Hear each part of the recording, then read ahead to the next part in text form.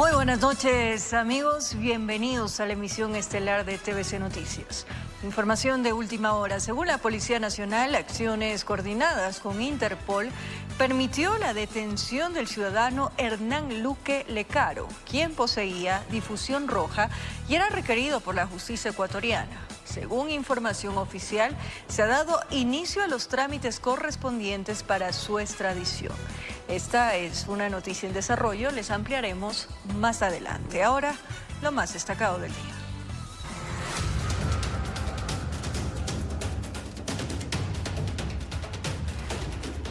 Una mujer de 35 años de edad fue asesinada al estilo sicariato en Manta. El ataque ocurrió cuando circulaba a bordo de un taxi, acompañada por dos menores que resultaron ilesos. Esto mientras la policía en Portoviejo capturó a dos sicarios implicados en el crimen de un funcionario de la gobernación asesinado el martes.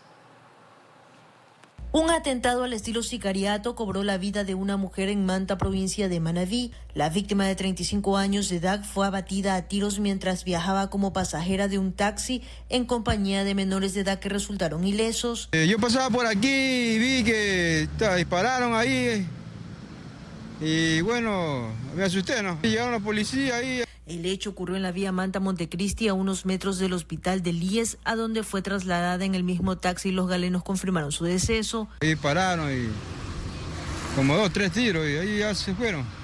Ahí no vi más nada. En Manta es la tercera mujer asesinada al estilo sicariato. En lo que va del año, una joven universitaria, una empresaria y Paula Rocío Mendoza han sido víctimas de la violencia criminal. Esta situación ya con esto ya está cada día más, la inseguridad está peor cada día. Esto mientras en Portoviejo la policía confirmó la detención de 2 personas vinculadas al crimen del funcionario de la gobernación Javier Cedeño García, acribillado el martes frente a su esposa. Corresponden a Jimmy P., de 25 años de edad, el mismo que registra varios antecedentes, entre ellos 2 detenciones por tráfico ilícito de sustancias estupefacientes, una por robo y una por tenencia y porte de armas. De igual manera, en la detención se realiza la detención de Armando A., de 26 años, el cual no posee antecedentes. Según la policía, el funcionario ya había sido amenazado. Investigan el móvil de su crimen. Tenían amenazas que por vía persona a persona o por llamadas. Con cámaras de Eduardo García desde la provincia de Manabí, informó Wendy Delgado.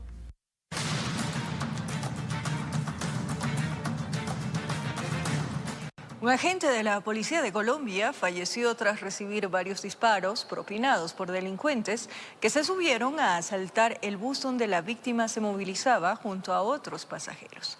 La tragedia se suscitó en la vía Ponce Enríquez El Guabo, provincia del Oro. En las afueras de la unidad de emergencia del Hospital Teófilo Dávila en Machala estaban varios ciudadanos de nacionalidad colombiana. La tristeza e impotencia invadía sus rostros al saber que uno de sus compañeros había perdido la vida y el otro está con pronóstico reservado. Esto como resultado de un asalto y robo. La persona que entraron amenazando hicieron un disparo al techo del bus. Y pues algunos entregamos las pertenencias. Hubo un forcejeo, como les comentaba anteriormente, y debido a eso reaccionaron y dispararon en 4 ocasiones a los 2 compañeros. El atraco se registró cerca de la 1:30 de la madrugada de este jueves 8 de febrero, en momentos que el conductor paró para recoger pasajeros en una zona que, a decir de los afectados, no debía hacerlo. Cuando tomamos el transporte del bus, nos dijeron que no habían paradas en la noche después de las 12 de la noche por temas de seguridad, pero aún así el señor conductor hizo la parada y fue cuando nos hicieron el asalto. Se conoció que la delegación había salido desde Tulcán en un bus de la cooperativa San Cristóbal. En el trayecto tuvo complicaciones mecánicas y tuvieron que hacer transbordo en otro autobús. La persona fallecida recibió un disparo a la altura del abdomen y en el brazo izquierdo. La otra persona recibió un disparo en el pie derecho y en el hombro izquierdo. También está delicado de salud. El fallecido fue identificado como Sadi Eberto Rivera Quintero, de 40 años, quien era teniente de policía de Colombia y estaba de vacaciones. Junto a los amigos tenían como destino llegar a Perú. Quisimos obtener la versión de los directivos de la cooperativa de transporte o del conductor, pero se nos comunicó que el bus había seguido su recorrido hacia la ciudad de Loja.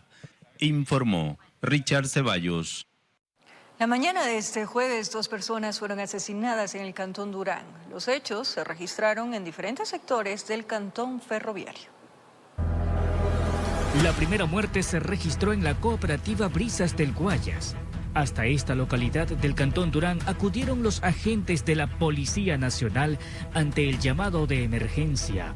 En el sitio, tendido sobre la calzada, con la mirada hacia el cielo, encontraron al ciudadano que minutos antes había sido el objetivo de sujetos que lo persiguieron hasta dispararle en reiteradas ocasiones y luego se marcharon del sitio. Moradores del sector, testigos de lo ocurrido, prefirieron callar ante las consultas de los uniformados. Aseguraron que es mejor mantener el silencio, unos por temor a represalias, otros por temor a una fuga de la información que pudiera comprometerlos. Casi a la misma hora se produjo otro hecho violento, esta vez en la cooperativa Villanueva, en el mismo Cantón Durán. Según la información, la víctima salía desde su domicilio cuando se acercaron 2 personas sobre una motocicleta. Aparentemente eran conocidos, amistades decían. Incluso se saludaron realizando ciertas señales con sus manos alusivas a alguna agrupación terrorista. Y segundos después sacaron armas de fuego en su contra. La víctima, al ver lo que pretendían, salió corriendo, pero no le alcanzó. Y a la vuelta de la esquina, acabaron con su existencia. Informó José Morales. En Quito, delincuentes armados subieron a un bus y se llevaron las pertenencias de los usuarios. Apuñalaron a uno de ellos. La policía los capturó. Entre las evidencias se encontraron 12 celulares, un computador y un arma de fuego. Las evidencias fueron colocadas en esta mesa. En total, 12 teléfonos celulares de alta gama, una computadora, un reloj, tarjetas de crédito y un arma. Todo esto tenían en su poder los delincuentes.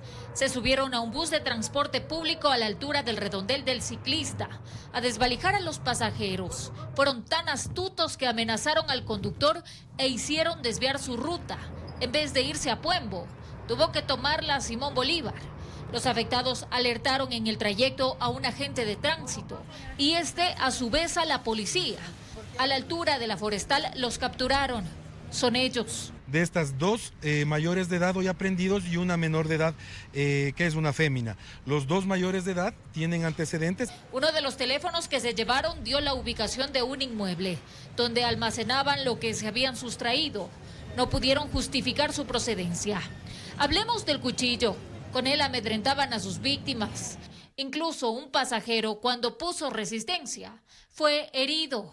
Lo llevaron a una casa de salud. Para que la atienda, ya que este joven que fue asaltado fue apuñalado en la parte de la extremidad inferior. Operaban desde el Trébol a Los Chillos, desde el Ciclista hasta el Valle de Tumbaco y al sur de la ciudad. La policía pide que las víctimas presenten las denuncias. Informó Marilyn Jaramillo. 2 delincuentes trataron de robar un local comercial en el sector de La Ronda, en Quito. Todo ocurrió en pleno toque de queda. Los zampones se camuflaron como indigentes. Ocurrió a las 4 de la mañana en el tradicional sector de La Ronda, centro de Quito. 2 delincuentes pasan revista a las puertas de los negocios. Llevan mochilas, uno de ellos un costal. Se detienen frente a una puerta y sacan de la lona una pinza cortacandados. Su intención, robar el establecimiento. Uno de ellos hace presión con la herramienta y saca el candado. El primer hombre se retira y va el segundo a intentar abrir la puerta. No lo logra. Agarran nuevamente la pinza y siguen intentando. Algo pasa y se retiran. No lograron su objetivo y en el mismo saco esconden otra vez la pinza. Se fueron del sitio Así quedaron los seguros. Intentaron aquí forzar la puerta y abrirse los chocolates. No se lleva nada por lo que están las cámaras y todas esas cosas. Entonces ya, y como el señor vive aquí mismo, entonces él está alerta de eso. Y además también ya por el motivo que de lo sucedido pusieron alarmas. Recorrimos la zona. Los propietarios de los locales hablan de esta problemática, la inseguridad. Los ladrones bajan corriendo de San Roque, explican, y pasan por aquí ocultándose entre la gente.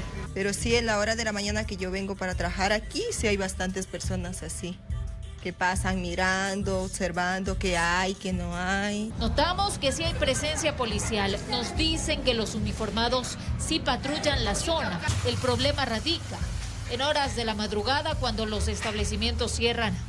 Estos señores indigentes pasan toda la noche, ellos no respetan, usted sabe que no respetan toque de queda, no respetan nada.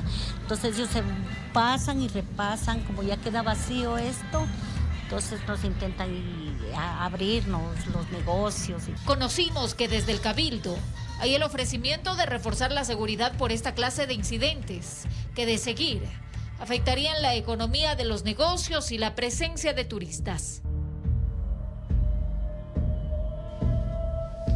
Informó Marilyn Jaramillo. Por cuarta ocasión, el Gobierno Nacional recibe luz verde del Legislativo. Esta vez tras la aprobación con 129 votos de la Ley de Extinción de Dominio. Los detalles en breve.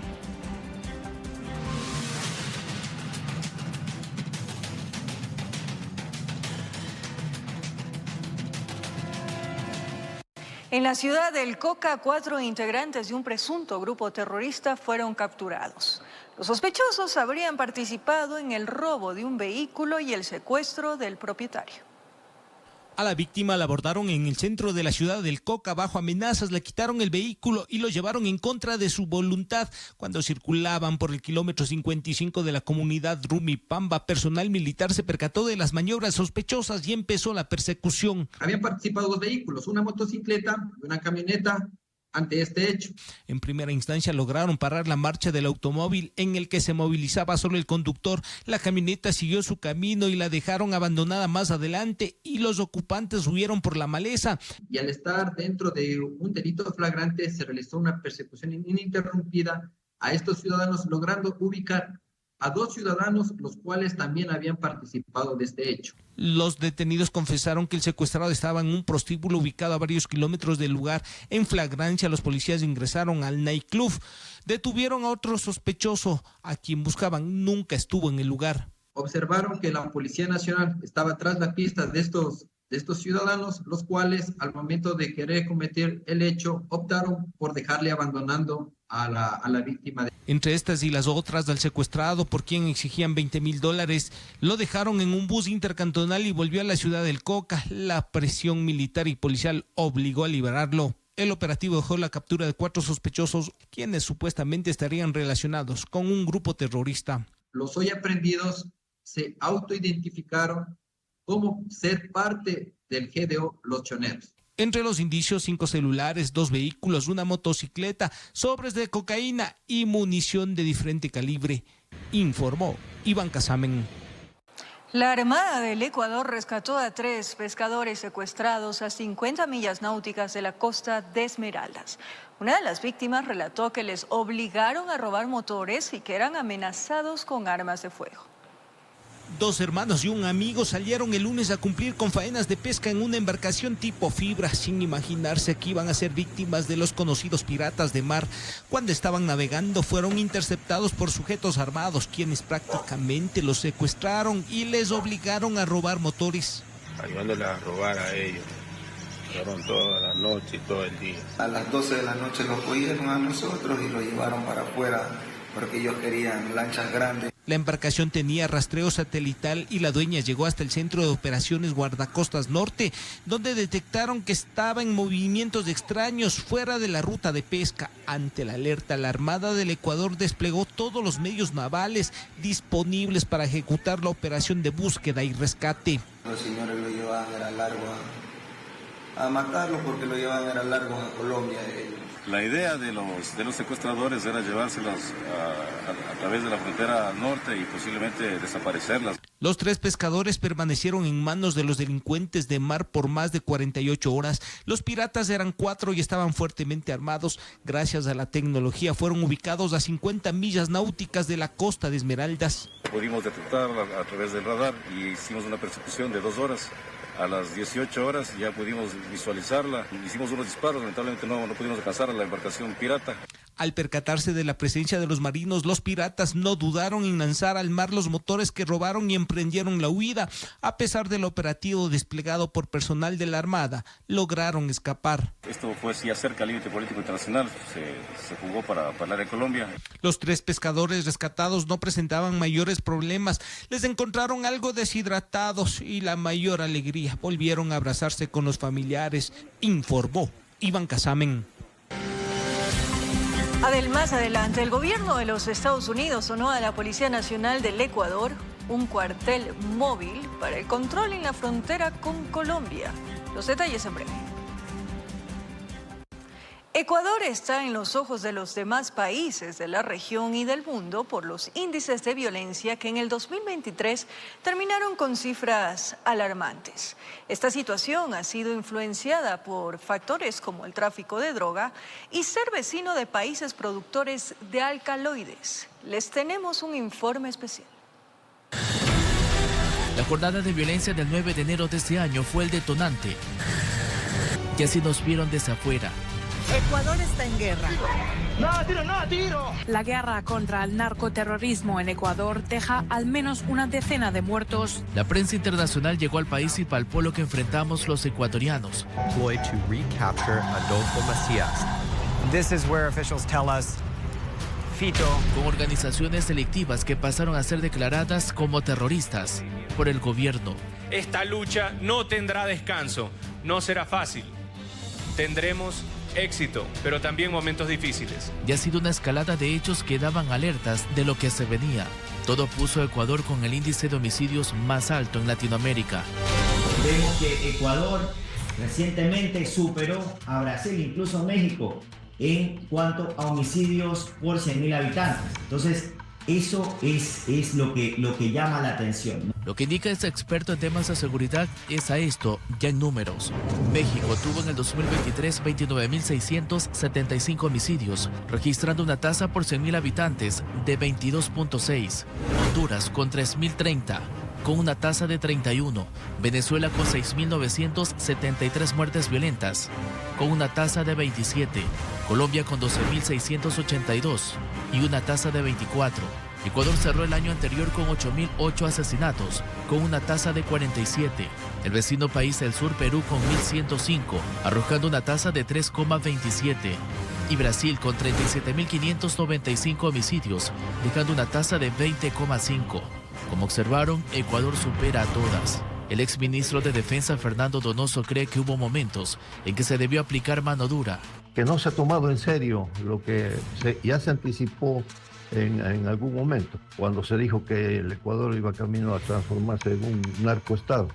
Y no se tomó en serio, si se consideraron siempre los actos que ya rayaban en terrorismo, pero se les seguía considerando delincuencia común. Entonces, eso fue degenerando en lo que estamos viviendo ahora.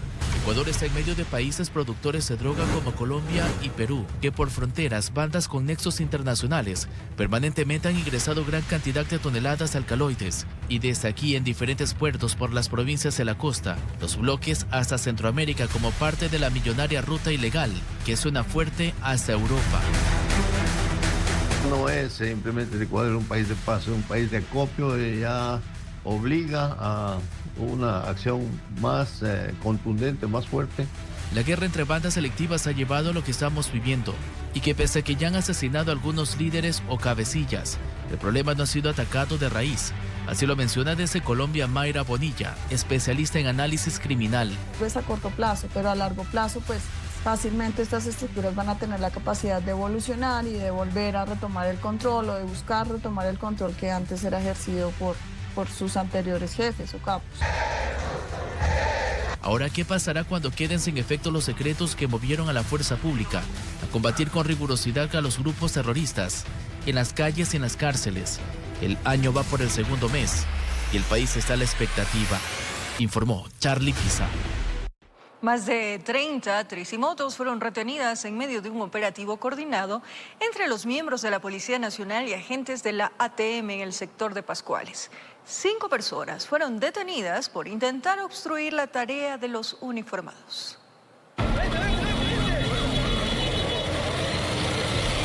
Todo se llevó en medio de una rápida acción que los condujo hasta la parroquia Pascuales, junto a la terminal terrestre de esa localidad. En este lugar se concentran varias tricimotos, homologadas o artesanales. La tarea de los uniformados era controlar que todas se encuentren operando legalmente. Como resultado tenemos 33 tricimotos retenidas. 5 conductores de las tricimotos pretendieron oponer resistencia ante el operativo que se ejecutaba, pero fueron detenidos. Justamente la resistencia por parte de quienes están conduciendo estos vehículos en movimiento procedieron en este caso inclusive a arrollar a compañeros policías y ATMs que se encontraban en el operativo, por lo cual se ha procedido a su detención inmediata para ser puestos a orden de la autoridad competente.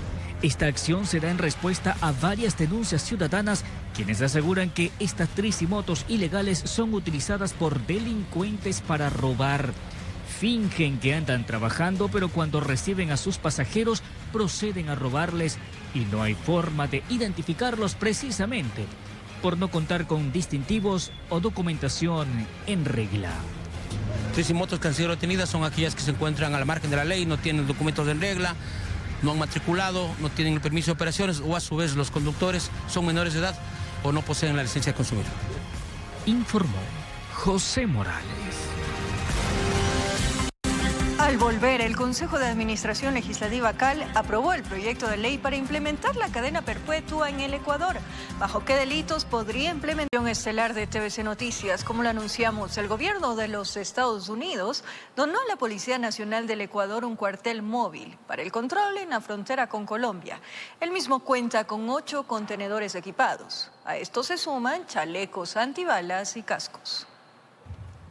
Estados Unidos nuevamente se suma a los esfuerzos de cooperación de seguridad para el Ecuador, en esta ocasión con la entrega de un cuartel móvil para que se realicen controles en la frontera con Colombia. Debemos desmantelar las organizaciones criminales y al mismo tiempo proteger a las poblaciones vulnerables. La unidad de cuartel móvil cuenta con 8 contenedores que están equipados con cocinas, comedores, literas, baños, todo junto. Alcanza una extensión de 5.000 metros cuadrados. Con el apoyo de un cuartel móvil de frontera, CMF, en el cual desplegará su accionar en casos de gran magnitud, su rango de operación y desplazamiento móvil será a nivel nacional de acuerdo a la necesidad operativa. El personal de la policía de la Dirección de Frontera ocupará las instalaciones. Con un equipamiento de 116 cascos antibalas y 116 chalecos con protección balística. A la Dirección de Control en las Fronteras se suman 212 uniformados. Estados Unidos también donó 5 polígonos de tiros virtuales que servirán para capacitar a la Policía Nacional en el uso de armas de fuego para afrontar a las bandas delincuenciales. A esto se sumó la entrega de $2.6 millones para la ampliación por 2 años más del proyecto de prevención del crimen y la violencia en 11 ciudades de la costa y Quito. Que están trabajando estrechamente con municipios y prefecturas para apoyar el desarrollo de planes locales en seguridad ciudadana. Informó Valeria Navarro. En Maceo se plantea la adquisición de nuevos vehículos recolectores de basura y reemplazo de contenedores. El proyecto de modernización es parte del Plan de Operaciones 2024-2027. Cientos de contenedores de basura destruidos y al menos un 88% de vehículos recolectores que han cumplido su vida útil es con lo que cuenta Maceo para la ardua tarea de servicio que realiza en la ciudad de Quito. Tenemos un 33% del total de contenedores en mal estado que han perdido su vida útil. De ahí que se tiene a punto la compra de 750 contenedores para la ciudad, mismos que deberán ir de la mano con el equipamiento de nuevos vehículos recolectores, mismos que en un 32% están paralizados por desperfectos. Dentro de esa misma idea, la planificación de nuevas rutas con contenedores repercute en qué vehículos adquirir y qué otros no. Ya no necesitamos, por ejemplo, los recolectores de carga posterior, que son los que nos sirven para la recolección a pie de vereda, sino tendríamos que cambiar el equipo, la maquinaria pesada, a recolectores de carga lateral. Todo eso representa análisis previos, que por el momento determinan la compra de 10 vehículos de carga posterior, 2 equipos de hidrolavado y 2 más de carga frontal. Eso significa también una inversión en esa planificación. Es decir que si revisamos una ruta y hacemos una transición de pie de vereda a contenerizada, tenemos que hacer toda una planificación de inversión de equipamiento con todas las medidas de sostenibilidad y operación. Misma lógica que recibirán todos los contenedores de la capital de la República. Para eso implementarán toda una política de mantenimiento con 2 máquinas lavacontenedores y repotenciación de 4 más. De manera que nosotros haremos la limpieza semanal, la reposición de partes y piezas a través de un contrato de mantenimiento permanente y adicionalmente lo que estimamos en nuestro modelo de gestión es contar con un equipo de backup de contenedores. Si es que me vandalizan un contenedor, yo pueda reemplazarlo inmediatamente. Mientras retiro el contenedor vandalizado, lo mando a la compañía de seguros, se puede tomar todo el tiempo que necesita para hacer la reposición, la reparación, me lo devuelve reparado, pero yo soluciono el problema de calidad de servicio. Se prevé que este proceso de modernización arranque desde junio de este año, permitiendo que la ciudadanía tenga un mejor servicio en la operación de la recolección de residuos. Informó Javier Rosero. Desde que entró en vigencia el reglamento del uso del metro de Quito, 5 personas han sido sancionadas. 3 de ellas cumplirán trabajo comunitario en las instalaciones del sistema. Así lo informó el gerente Víctor Hugo Villacrés. A finales del mes de enero entró en vigencia el reglamento de uso del metro de Quito, que contiene las normas de convivencia, obligaciones y provisiones para los usuarios. Hasta la fecha, 5 personas han sido sancionadas. El primer caso se registró en la estación Elegido cuando una joven rayó las paredes. Las otras infracciones son las siguientes. Ha habido gente haciendo mal uso de las instalaciones en estado etílico, ha habido gente que ha intentado pasarse las filas, ha habido gente que no ha respetado el circular por la derecha, que son como las sanciones típicas que obedecen a este proceso que digo yo que ocurrirá en estos 90 días. Según el gerente del metro, Víctor Hugo Villacrés, 2 infractores pagarán las multas, mientras que en los otros casos se acogieron al trabajo comunitario que deberán cumplir en las instalaciones del sistema de movilidad. Estamos creando la Escuela Metro se lanzará a finales de este mes de febrero y una de las aristas que tiene la escuela es justamente este trabajo comunitario en el mismo metro. La Agencia Metropolitana de Control y la empresa Metro de Quito son las entidades encargadas de los procesos de socialización del reglamento. ¿Qué tanto conocen los usuarios acerca de las normas? Sí conozco porque incluso hay unos jóvenes que se suben en las líneas del metro y ellos van explicando cuáles son las sanciones, qué es lo que no tenemos que hacer y todo. Por darle mal uso al metro, por cometer errores dentro del metro. Es necesario pues ser responsables y cuidar el metro. Se cumplen 2 meses de operación del metro con 8 millones de viajes, 135.000 al día. Las autoridades esperan que más usuarios utilicen el sistema con medios de pagos electrónicos.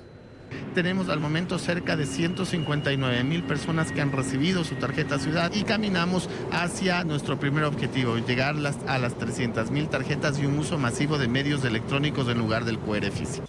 Además, hasta el mes de marzo, las 15 estaciones del metro contarán con servicio de internet gratuito, disponible hasta los andenes. Informó Priscila Cadena. Anuncian incumplimiento y becas por más de 3 meses por parte de las autoridades. Señalan que han tenido que afrontar pagos de colegiaturas, cobertura de gastos económicos sin conocer cuál será. Manuel Larco llegó a Quito hace aproximadamente 3 meses. Médico de profesión, es uno de los beneficiarios de las becas de 4º nivel que el Ministerio de Salud ofertó en el 2023 para cubrir el déficit de especialistas en la red de salud pública. Él postuló al programa y tras un proceso de méritos de oposición, ganó una de las becas. Para entrar a un posgrado nosotros hacemos un concurso de méritos y oposición. Nosotros cumplimos con toda la parte legal, ganamos un puesto de posgrado en las universidades. Dice que cumplió con todos los requisitos para el inicio de sus estudios de especialización, pero desde el mes de noviembre pasado lo que era el inicio de un sueño académico se ha ido convirtiendo en una preocupación, pues su estipendio y colegiaturas aún no son cubiertos por las autoridades. La beca ofertada cubre la manutención, cubre los gastos de salud, que en teoría sería el tema de la afiliación al Seguro Social, cubre el tema de investigación y cubre el tema de la colegiatura en las universidades. Han pasado aproximadamente 3 meses, vamos para el cuarto, y no recibimos ninguna respuesta oficial. Como Manuel, más de 500 médicos becarios de la cartera de salud a escala nacional se mantienen impagos por casi 4 meses. Explican que dejaron su trabajo y estabilidad económica para alcanzar la meta de estudiar un cuarto nivel y seguir creciendo en su carrera profesional. Nosotros somos médicos que hemos renunciado a nuestros trabajos para cumplir nuestra especialidad. Estamos cumpliendo labores asistenciales dentro de los hospitales en los que estamos rotando. Hemos firmado un contrato al que no nos ha dado cumplimiento, vamos ya casi 3 meses que no se nos ha dado una respuesta clara. A la par de sus estudios y como lo indican sus contratos, los becarios cumplen las labores asistenciales dentro de varios hospitales en el país, lo que les impide ejercer su profesión fuera del programa, situación que complica más al momento de afrontar sus gastos económicos. Somos personas que tenemos familias, que tenemos personas menores a cargo, que hemos dejado nuestras ciudades de origen para estar acá. Tenemos que cubrir nuestra manutención, nuestra colegiatura dentro de las universidades y cumplir todo lo que tiene que ver con la parte asistencial y académica. Este medio de comunicación solicitó información al Ministerio de Salud Pública sobre la situación de los becarios, entidad que señaló que los recursos ya fueron transferidos a Cenecid. Y hasta el cierre de esta edición, la Secretaría de Educación Superior no ha otorgado ninguna respuesta al respecto. Informó Mauricio Sánchez.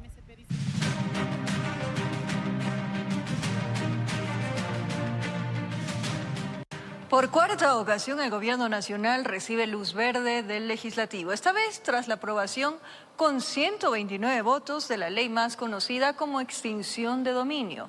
Se ratificó la necesidad de contar como requisito la sentencia condenatoria ejecutoriada, pero en ciertos casos. Sin duda, en el Legislativo cuando los asambleístas quieren ponerse de acuerdo las cosas fluyen. Es así que por unanimidad se logró aprobar el proyecto de ley para el ahorro y la monetización de recursos económicos, para el financiamiento de la lucha contra la corrupción. Se tiene que el patrimonio que produce el crimen organizado es de aproximadamente 1.700 millones de dólares. Si recuperamos al menos el 10% de este valor, se podría rescatar 170 millones de dólares inyectados para la inversión estatal. Estamos construyendo cimientos sólidos para el fortalecimiento de nuestras instituciones. La corrupción, sin duda alguna, ha debilitado los cimientos de nuestro desarrollo, desviando recursos para beneficio de unos pocos. El haber recogido inquietudes de las diferentes bancadas es lo que dio paso al consenso. Se hace esta extinción de dominio, por supuesto, con la necesidad de la sentencia condenatoria ejecutoriada, con la excepcionalidad que planteó la presidenta en delitos que tienen que ver con el terrorismo, la delincuencia organizada, en donde está, por supuesto, la corrupción y la flagrancia. Que debemos ser lo suficientemente responsables para entregar a los jueces, a los policías, a los militares, herramientas jurídicas sólidas para que ningún abogado con alguna leguleyada pueda deshacer lo avanzado y podamos, sin lugar a duda, acorralar económicamente a las estructuras terroristas, delincuenciales y de corrupción. Los cambios como iniciativa gubernamental aprobados en segundo debate contempla la Ley de Extinción de Dominio, Código Orgánico Integral Penal, Ley de Contratación Pública, de la Contraloría y Procuraduría, entre otros.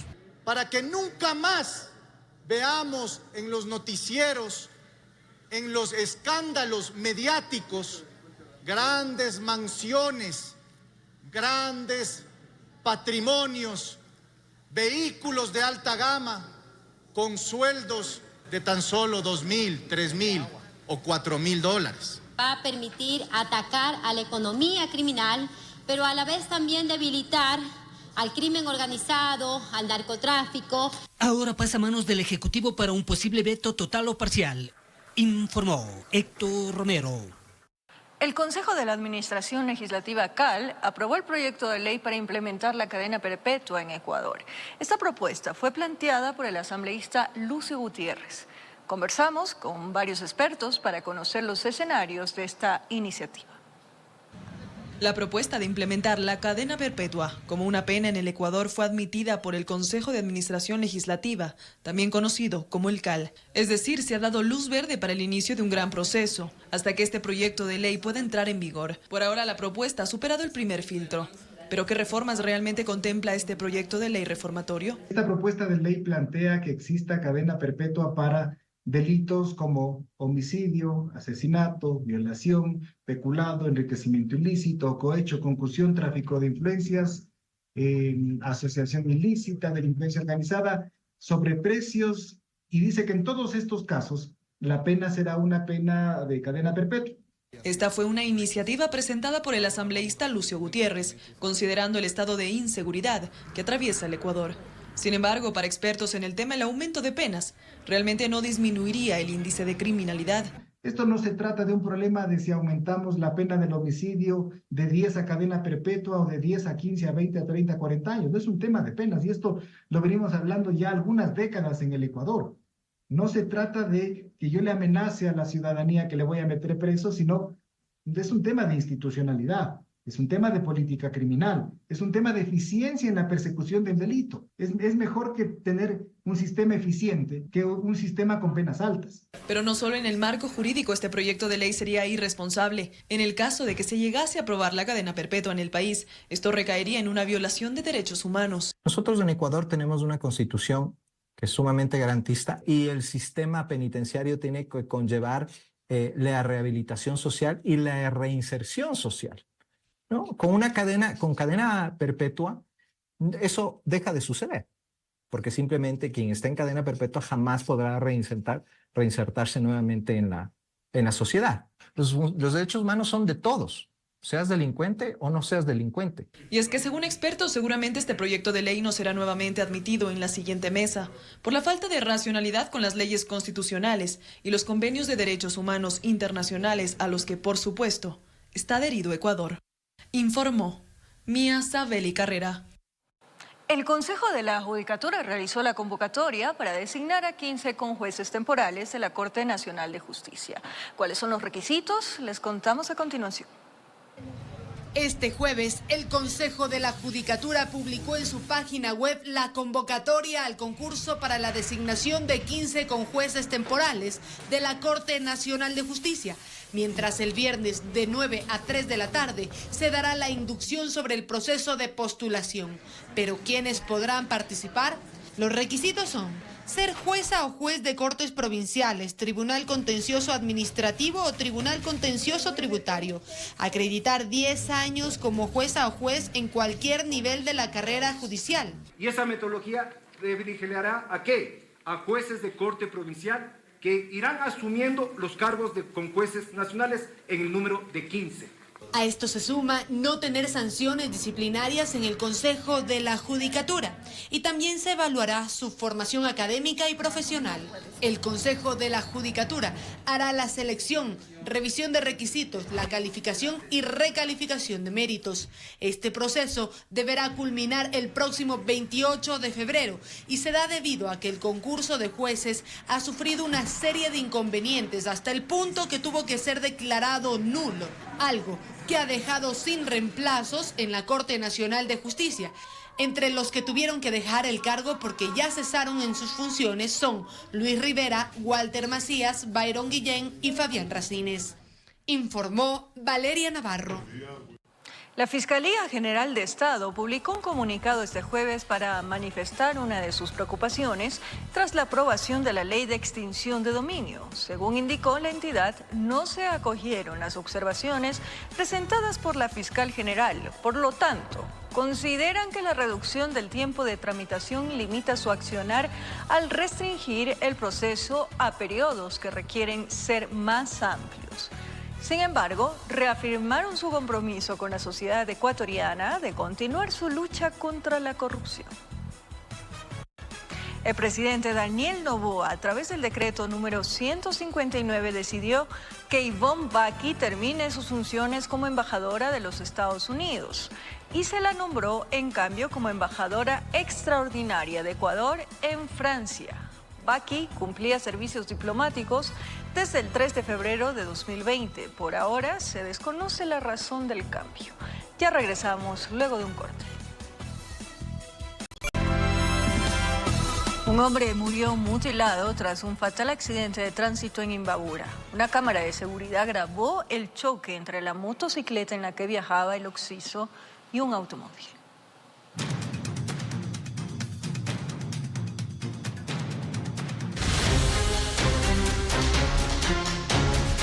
Es la Panamericana E35 que está entre Atuntaqui y Otavalo. La cámara de seguridad grabó la tragedia. Una motocicleta sale por una vía transversal y en cuestión de segundos es impactada por un vehículo que transitaba por la avenida principal. El choque fue tan rápido que ni tiempo de reaccionar le dio a la víctima mortal. Más adelante se ve como el carro pierde pista y se vuelca. Quienes trabajan por allí escucharon el estruendo. Corrieron a ver lo que sucedía. Y sobre la calzada la trágica escena. Un cuerpo tirado en la cuneta, le faltaba una pierna y parte de la cabeza. Quedaron regadas esas partes por la vía. La policía explica que pudo haber sucedido. La salida de la motocicleta hacia la Panamericana sin haber respetado el disco pare posiblemente sea una de las causas del accidente de tránsito, pues eso está en investigación. El occiso, un ciudadano colombiano de 23 años, quien estaba a bordo de la motocicleta. Ahora que el carro quedó así, destrozado. El conductor fue llevado a una casa de salud con resguardo policial. El día de hoy se desarrolló la audiencia. Se indicó pues dentro de la audiencia que exista una investigación y la persona ya fue puesta en libertad. Esa vía es de alta carga vehicular, por lo que los accidentes son frecuentes. Los uniformados piden conducir con prudencia, respetar los límites de velocidad y la señalética establecida para evitar desgracias como estas. Informó Marilyn Jaramillo.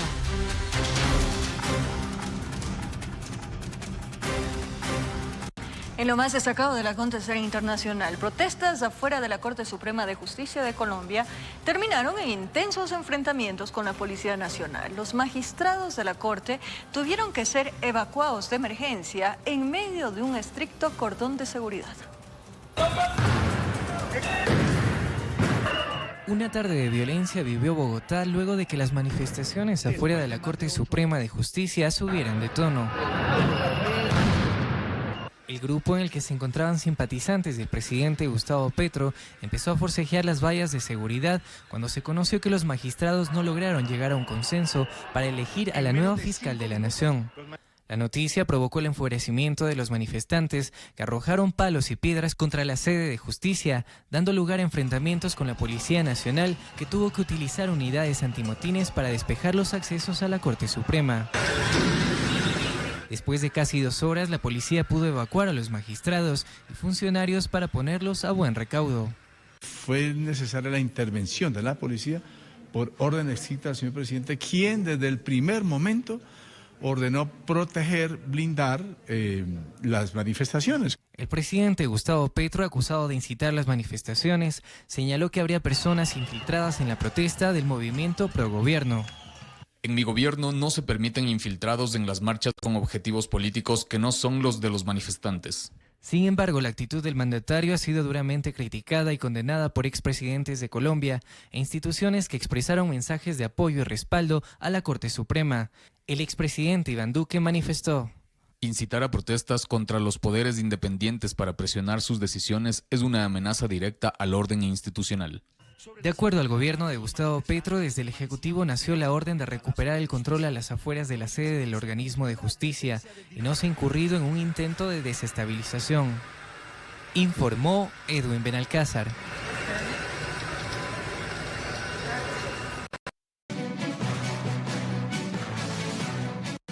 Atención, en Argentina se detuvo a Hernán Luque, expresidente del directorio de la empresa coordinadora de empresas públicas EMCO, con fines investigativos. Este 8 de febrero se detuvo en Buenos Aires, Argentina, a Hernán Luque Lecaro, exfuncionario del gobierno de Guillermo Lasso, quien se desempeñó como presidente del directorio de la empresa coordinadora de empresas públicas EMCO entre julio del 2021 hasta diciembre del 2022. Luque es requerido por la justicia ecuatoriana por su presunta participación en actos de corrupción en empresas públicas y cuenta con una orden de prisión preventiva dentro del caso Encuentro desde noviembre del 2023. La Interpol de Argentina informó de la aprehensión del exfuncionario que habría sido detenido mientras transitaba en la vía pública en la ciudad de Buenos Aires, en la calle Gurruchaga. Sobre su residencia en el país se indicó que Luque estaba domiciliado en el barrio de Palermo, donde se produjo su captura. Sobre la aprehensión, la Policía Nacional de Ecuador hizo eco indicando que se realizó en coordinación entre la Interpol Argentina e Interpol Ecuador, ya que el ciudadano cuenta con difusión roja, por lo que se realizarán los trámites correspondientes para su extradición. Luque había abandonado el país el 9 de enero del 2023 rumbo a Argentina, después de que su recurso de apelación para evitar la prisión preventiva fue negado. Informó Edwin Benalcázar. Momento de despedirnos. Gracias por su fiel sintonía. Como siempre, un abrazo grande.